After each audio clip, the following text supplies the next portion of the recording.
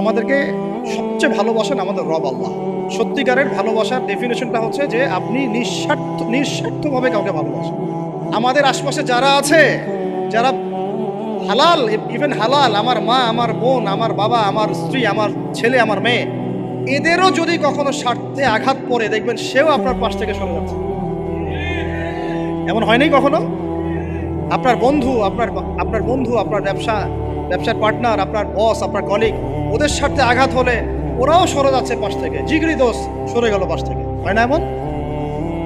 ভালোবাসা দুই প্রকার। বলেন কয় প্রকার? আমার সাথে বলেন, এখানে শেষ করে দিব 10টা মিনিট। ভালোবাসা কয় প্রকার? একটা হচ্ছে নিঃস্বার্থ ভালোবাসা। কি স্বার্থ? কোনো স্বার্থ নাই, নিঃস্বার্থভাবে ভালোবাসা। একটা হচ্ছে কোনো না কোনো স্বার্থ জড়িত আছে এমন ভালোবাসা। আপনার স্ত্রীর চাহিদাও যদি আপনি পূরণ করতে ব্যর্থ হন, দেখবেন স্ত্রীর সাথে আপনার গন্ডগোল লেগে যাচ্ছে, যদিও সে হালাল বৈধ। তাই না? এমন হয় না অনেক সময়? আমি তো অনেকদিন বলেছি, অনেকদিন আগেও বলেছি, 5 বছর 6 বছর আগে, যে মানুষ আসলেই মানুষের অবস্থানকে মূল্যায়ন করে। ভিতর থেকে মানুষকে শুধু মূল্যায়ন করে আল্লাহ রাব্বুল আলামিন। না হলে কি হতো? এই যে এত অন্যায় আমরা করেছি, আল্লাহ পাক কি আমাদেরকে ছেড়ে দিয়েছেন, ফেলে দিয়েছেন, গজবে ধ্বংস করে দিয়েছেন? এই যে আল্লাহ পাক যে আমাদেরকে মহব্বত করেন, ভালোবাসেন, তার প্রমাণ এগুলো। আল্লাহ পাক চান যে আমরা যেন ফিরে আসি। আল্লাহ পাক বলছেন, সারা দুনিয়ার সমান গুনাহও যদি সে করে ফেলে, আসমানের সমানও গুনাহ করে ফেলে, খালি তওবা করে ফিরে আল্লাহকে বলবে, আস্তাগফিরুল্লাহাল্লাযী লা ইলাহা ইল্লা হুয়াল হাইয়ুল কাইয়্যুম ওয়া আতুবু ইলাইহি। আল্লাহ পাক বলছেন, খালেস তওবা করলে গুনাহ তো মাফ করে দিবই, আগের গুনাহগুলোকে নেকি দিয়ে পরিবর্তন করে দিব। না ভালোবাসা না? আল্লাহ পাক সৃষ্টি করেছেন আমাদেরকে ভালোবেসে। কোরআন খোলেন, সূরা সদ পড়েন। সূরা সদের মধ্যে দেখবেন আল্লাহ বলছেন, খালাকতু বিয়াদি মা মানাআকা আল্লা তাসজুদা খালাকতু বিয়াদাই, মানে তুমি ইবলিস কেন তাকে সিজদা করলে না যাকে আমি নিজ হাতে সৃষ্টি করেছি? এটা মহব্বতের বহিঃপ্রকাশ না? আল্লাহ আমাদেরকে নিজ হাতে সৃষ্টি করেছে। আল্লাহ পাকের হাত কেমন এটা আমরা ব্যাখ্যা করতে যাব না। এর হাতের অর্থ কি সেটাও ব্যাখ্যা করার, তাহবিল করার দরকার নাই। কোরআনে আসছে যেভাবে সেভাবে আমরা ঈমান রাখবো, ঠিক আছে ভাই? এখানে আবার অনেক তালগোল পাকায় ফেলে এবং বিভ্রান্ত হয়ে যায়, এদিকে যাওয়ার দরকার নেই। এখানে বোঝানো হচ্ছে আল্লাহ রাব্বুল আলামিন আমাদেরকে মহব্বত করে সৃষ্টি করেছে। এই পুরো সৃষ্টি জগৎটাই তো আল্লাহর মহব্বতের বহিঃপ্রকাশ। সবকিছু এত নিপুণভাবে চলতেছে, এটা মহব্বতের বহিঃপ্রকাশ না? আমি আপনাদেরকে নিয়ে যদি কোনোদিন কক্সবাজারের সৈকতে তারা দেখাতে পারতাম, তাহলে আমি বুঝাইতে পারতাম আপনাদেরকে যে এই মহাবিশ্বটা ঠিকই আছে কি। তারার মধ্যে একটা গাণিতিক ক্যালকুলেশন আছে যেটা সবাই জানে না। যারা একটু অ্যাস্ট্রোনমি নিয়ে পড়াশোনা করেছে তারা জানে। আপনার মানে মাথার বিবেকই উল্টায় যাবে যে এত সূক্ষ্মভাবে কিভাবে আল্লাহ রাব্বুল আলামিন এই মহাবিশ্ব সৃষ্টি করলেন। এক চুল এদিক ওদিক হলে পুরো বিশ্ব কায়নাত ধ্বংস হয়ে যায়। এটা কি আল্লাহ পাকের মহব্বতের পরিপ্রকাশ না? আল্লাহ পাক তো বরং বলেছেন পুরো সৃষ্টি পরিবারটাই আল্লাহর আল্লাহর পরিবারের অন্তর্ভুক্ত। সুবহানাল্লাহ। এমনকি আল্লাহ পাক আমাদেরকে বলেছেন, তোমরা জমিনবাসীর সবার উপর রহম করো। ইরহামু মান ফিল আরদ ইয়ারহামুকুম মান ফিস সামা। তোমরা সবার উপর রহম করো, দয়া করো। দয়া, রহম এটা তো মহব্বতের একটা অংশ। তোমরা সবার উপর দয়া করো, রহম করো, মহব্বত করো। এটা কি হবে? তাহলে আল্লাহ পাক আসমানে যিনি আছেন, আল্লাহ পাক তোমাদের উপর রহম করবে। আমরা সেই মহান সত্তার ভালোবাসার থেকে বের হয়ে হারাম এই যৌন ভালোবাসার দিকে যাওয়ার চেষ্টা করছি। আসলে এটা ভালোবাসা না, যৌনতা, এর দিকে যাওয়ার জন্য এইসব করছি। আল্লাহ পাক আমাদেরকে মাফ করে যেন হেদায়েত দান করেন। আল্লাহ পাক কত ভালোবাসেন এটা নিয়ে বলতে গেলে আজকে রাত শেষ হবে না। দেখেন, আল্লাহ রাব্বুল আলামিন আদম আলাইহিস সালামকে সৃষ্টি করেছেন, করে সমস্ত নাম শিক্ষা দিয়েছেন। নাম মানে হলো ইলম। নাম মানে কি? ভালো না বাসলে আল্লাহ পাক কাউকে সবচেয়ে সেরা কিছু দান করেন। সূরা ৩ আল্লাহ পাক কি বলেছেন? ওয়াত-তিনি ওয়াজ-যাইতুন, এগুলো শপথ করে, লাকাদ খালাকনাল ইনসানা ফি আহসানি তাকওয়িম। মানুষকে সবচেয়ে শ্রেষ্ঠ কাঠামো আল্লাহ পাক দিয়েছেন, দেন নাই? কাউকে যদি মহব্বত না করা হয়, তাকে আপনি সবচেয়ে সেরাটা কি দিতে পারবেন? আল্লাহ পাক আমাদেরকে মহব্বত করেন, ভালোবাসেন, এবং আল্লাহ চান আমরাও যেন তাকে মহব্বত করি, তাকে ভালোবাসি। এবং আমরা যদি কাউকে ভালোবাসি, আল্লাহর জন্য ভালোবাসবো। কাউকে ঘৃণা করি, আল্লাহর জন্য ঘৃণা করব। মহব্বতও আল্লাহর জন্য, ঘৃণাও কার জন্য? আল্লাহর জন্য। আল্লাহ পাক সমস্ত ইলম শিক্ষা দিলেন। এটা কি ভালোবাসার বহিঃপ্রকাশ না? নূহ আলাইহিস সালামের কওম দীর্ঘদিন আল্লাহর কথা শুনে না, আল্লাহ পাক সবর করলেন, ধৈর্য ধরলেন, গজব দিলেন না, শেষ পর্যায়ে গিয়ে আযাব দিয়েছেন। এই যে আল্লাহ পাক সুযোগ দেন, সময় দেন, এটা কি আল্লাহ পাকের ভালোবাসা, দয়া না? এরকম প্রত্যেকটা কওমের ক্ষেত্রে হয়েছে। আমি তো ফিল করলাম এই ভালোবাসা নিয়ে ঘাটাঘাটি করতে গিয়ে যে আসলে আল্লাহ পাক যে আমাদেরকে সবচেয়ে বেশি মহব্বত করেন, তার সবচেয়ে বড় নিদর্শন কি জানেন? আমাদের কাছে আল্লাহ রাব্বুল আলামিন আল কোরআনের মতো কিতাব নাজিল করেছেন, আর আমাদেরকে আল্লাহ পাক নবী মুহাম্মদ সাল্লাল্লাহু আলাইহি ওয়াসাল্লামের উম্মত বানিয়েছেন। আল্লাহ পাক যে নবী মুহাম্মদ সাল্লাল্লাহু আলাইহি ওয়াসাল্লামকে এই দুনিয়াতে পাঠিয়েছেন না, এটাই সবচেয়ে বড় মহব্বত, সবচেয়ে বড় রহমত। কারণ তার সুন্নতে এমন কিছু নাই যেটা আপনি খুঁজে পাবেন না। আর তিনি আমাদেরকে যে মহব্বত করতেন, মুহাম্মদ সাল্লাল্লাহু আলাইহি ওয়াসাল্লাম আমাদেরকে যে মহব্বত করতেন, তিনি আমাদেরকে বলতেন যে আমরা তার ভাই। আমরা তার কি ভাই? মানে কি মায়ের পেটের ভাই? এটা বোঝানো হয় না। একটা হাদিসে তিনি বলেছেন আমি তো পিতৃতুল্য। তার মানে কি সত্যি সত্যি বাবা সন্তানের সম্পর্ক? রুহানি পিতা। তিনি কি ইমাম নন? তিনি ইমাম, তিনি নেতা, তিনি আমাদের শিক্ষক, তিনি নবী। তিনি আমাদেরকে যে মহব্বত করতেন, তিনি একদিন বলছিলেন নবী সাহাবীদের সামনে, কাশ আমি যদি আমার ভাইদেরকে দেখতে পেতাম। সাহাবীরা বলছেন, ইয়া রাসূলুল্লাহ, আমরা কি আপনার ভাই না? তখন নবীজি বলছেন, না, তোমরা আমার সাহাবী। আমার ভাই তারা যারা আমাকে না দেখেই আমার প্রতি ঈমান নিয়ে আসবে। প্রত্যেক নবীকে আল্লাহ পাক একটা দোয়া করার চান্স দিয়েছে। কয়টা ভাই? এমন একটা দোয়া যেটা করলে আল্লাহ পাক কবুল করবেনই করবেন। করলে আল্লাহ পাক কি করবেন? অবশ্যই কবুল করবেন। নবী সাল্লাল্লাহু আলাইহি ওয়াসাল্লাম বলছেন যে সমস্ত নবী এই দোয়াটা পৃথিবীতে করে ফেলেছে, আমি এই দোয়াটাকে মুলতবি রেখেছি যে কাল কিয়ামতের মাঠে আমি আমার উম্মতের জন্য সুপারিশ করব। এবং নবী সাল্লাল্লাহু আলাইহি ওয়াসাল্লামের সুপারিশে বহু কবিরা গুনাহগার মুসলমান যারা জাহান্নামের ফয়সালা হয়ে গেছে, তাদেরকে আল্লাহ পাক কিছুটা শাস্তি ভোগ করালে হলেও আবার জান্নাতে নিয়ে আসবেন। তিনি আমাদেরকে মহব্বত করেন না? করতেন না? চিন্তা করেন তাহলে আমরা তার দিনকে কি মহব্বত করলাম, আমরা তার হুকুম হাকামের বিধিবিধান সুন্নতের কি মহব্বত করলাম, চিন্তা করেন। একটা হাদিসে নবীজি স্পষ্ট করে বলছেন এটা আমাদের জন্য একটা কষ্টি পাথর। এটা একটা কি কষ্টি পাথর। তিনি বলছেন লা ইউমিনু আহাদুকুম, তোমাদের মধ্যে কেউ মুমিন হইতে পারবে না। কি হইতে পারবে না? মানে প্রকৃত মুমিন হইতেই পারবে না তোমরা। এ আমার উম্মত, তোমাদের মধ্যে কেউ প্রকৃত মুমিন হইতেই পারবে না যতক্ষণ না হাত্তা আকুনা আহাব্বা ইলাইহি মিন ওয়ালিদিহি ওয়ালাদিহি ওয়ান নাসি আজমাইন, যতক্ষণ না আমি মুহাম্মদ সাল্লাল্লাহু আলাইহি ওয়াসাল্লাম তোমাদের কাছে নিজের কি সন্তান, নিজের বাবা মা এবং সমস্ত মানব জাতির থেকে বেশি প্রিয় না হচ্ছে। হাদিসটা আবার বলি, নবীজি বলছেন কেউ ততক্ষণ পর্যন্ত প্রকৃত মুমিন হতে পারবে না যতক্ষণ না আমি মুহাম্মদ সাল্লাল্লাহু আলাইহি ওয়াসাল্লাম তার কাছে তার সন্তান, তার পিতা, এমনকি সমস্ত মানব জাতি থেকে বেশি প্রিয় না হচ্ছে।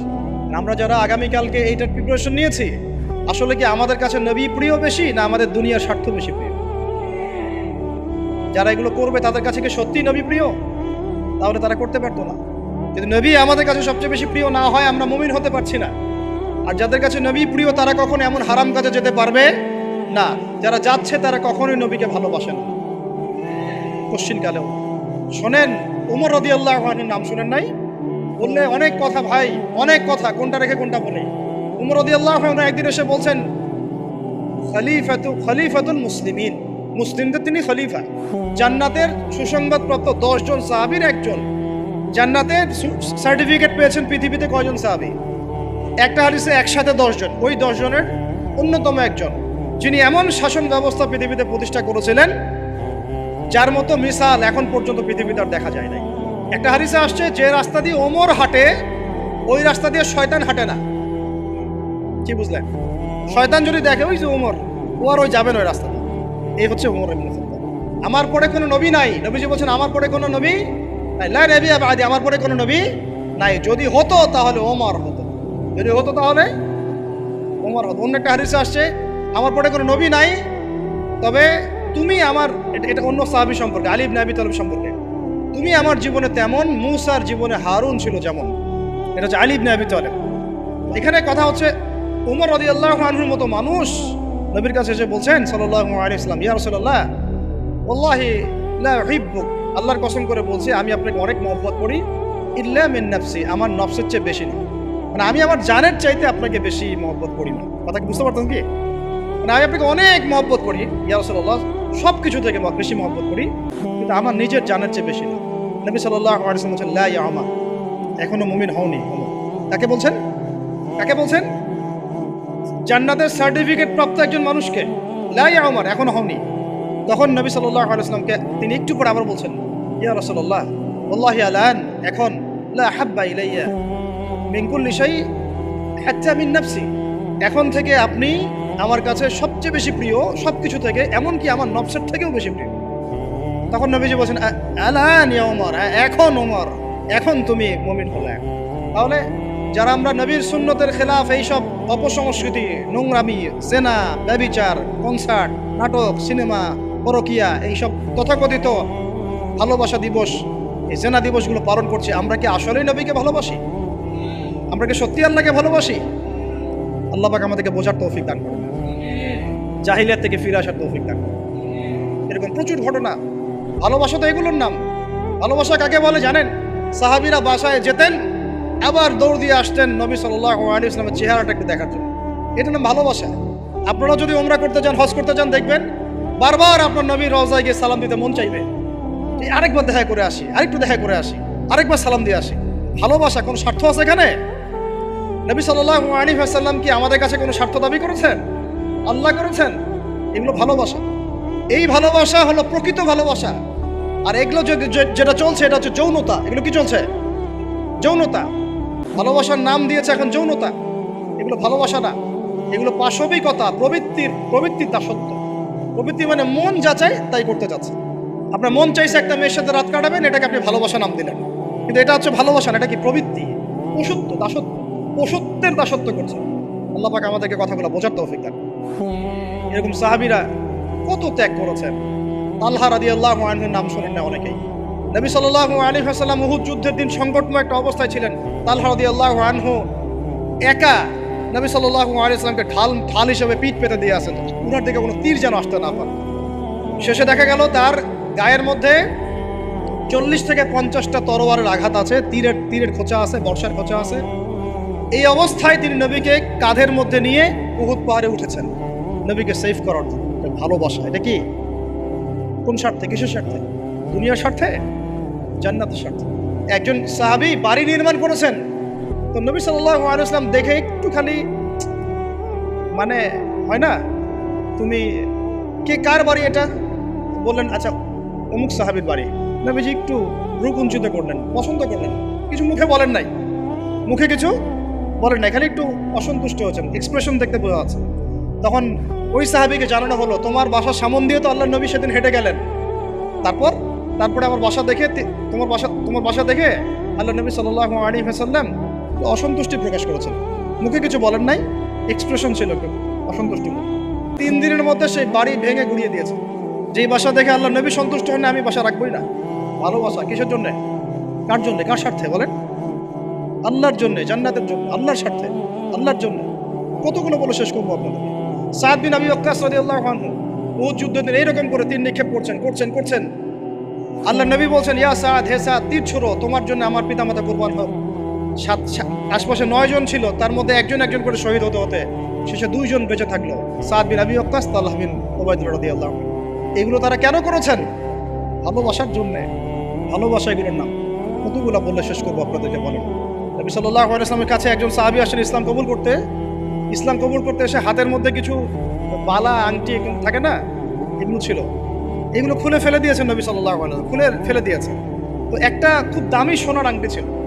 ফেলে দেওয়ার পরে অনেকে বলছে, তুমি তখন মুসলিম হয়েছো, ইসলাম কবুল করেছো, তো আচ্ছা ঠিক আছে, ওইটা না হয় নবীজি পড়তে নিষেধ করেছেন, তুমি ওইটা নিয়ে বিক্রি করে দাও, বিক্রি করে না হয় ওই টাকা দিয়ে অন্য কিছু করো। তুমি বলছেন, কখনো না, আমার হাত থেকে আল্লাহ নবী খুলে একটা জিনিস ফেলে দিয়েছেন, আমি সেটা আবার নিতে যাবো? কিসের জন্য এগুলা? এটা ভালোবাসা, মহব্বত। আল্লাহ পাক এটাই কোরআনে বলছেন, কুল, আপনি হে নবী আপনি বলে দিন, ইন কুনতুম তুহিব্বুন আল্লাহ, তোমরা যদি আল্লাহকে মহব্বত করেই থাকো, আল্লাহকে সত্যিকার অর্থে ভালোবেসেই থাকো, ভালোবাসা দাবি করেই থাকো, ফাত্তাবিউনি, তাহলে নবীর আনুগত্য করো, ইউহিব্বুকুমুল্লাহ, তখন আল্লাহ তোমাদেরকে ভালোবাসবে, ওয়া ইয়াগফির লাকুম যুনুবাকুম, তোমাদের সব গুনাহ আল্লাহ মাফ করে দিবেন, আল্লাহু গফুরুর রহিম। এই হলো ভালোবাসা। ভালোবাসা মানে কি? ভালোবাসা মানে হচ্ছে আস-সামউ ওয়াত তাআ, আমি নবী এবং আল্লাহ এবং তার রাসূলের কথা শুনবো এবং আনুগত্য করবো, শুনবো, এবং এর নাম ভালোবাসা। শুনবো, আনুগত্য করবো, তাহলে আমরা কি শুনবো, কি আনুগত্য করবো? আমাদেরকে প্রথমে কোরআন পড়তে হবে, কোরআনের অনুবাদ জানতে হবে, কোরআন অনুযায়ী জীবন করতে হবে, 5 ওয়াক্ত নামাজ পড়বো ইনশাআল্লাহ, হালাল খাবো, যাকাত দিব, রমজানের সওম রাখবো, নবীর সুন্নাহ অনুযায়ী জীবনযাপন করবো, এবং সুন্নাহ বিরোধী, কোরআন বিরোধী, ইসলাম বিরোধী কোনো কাজে আমি লিপ্ত হব। এই তো ভালোবাসা। এই ভালোবাসা যদি বহিঃপ্রকাশ ঘটাতে আমরা ব্যর্থ হই, নিজেও ধ্বংস হব, পরিবারও ধ্বংস হবে, আমাদের পরের প্রজন্ম ধ্বংস হবে, সমাজও ধ্বংস হবে।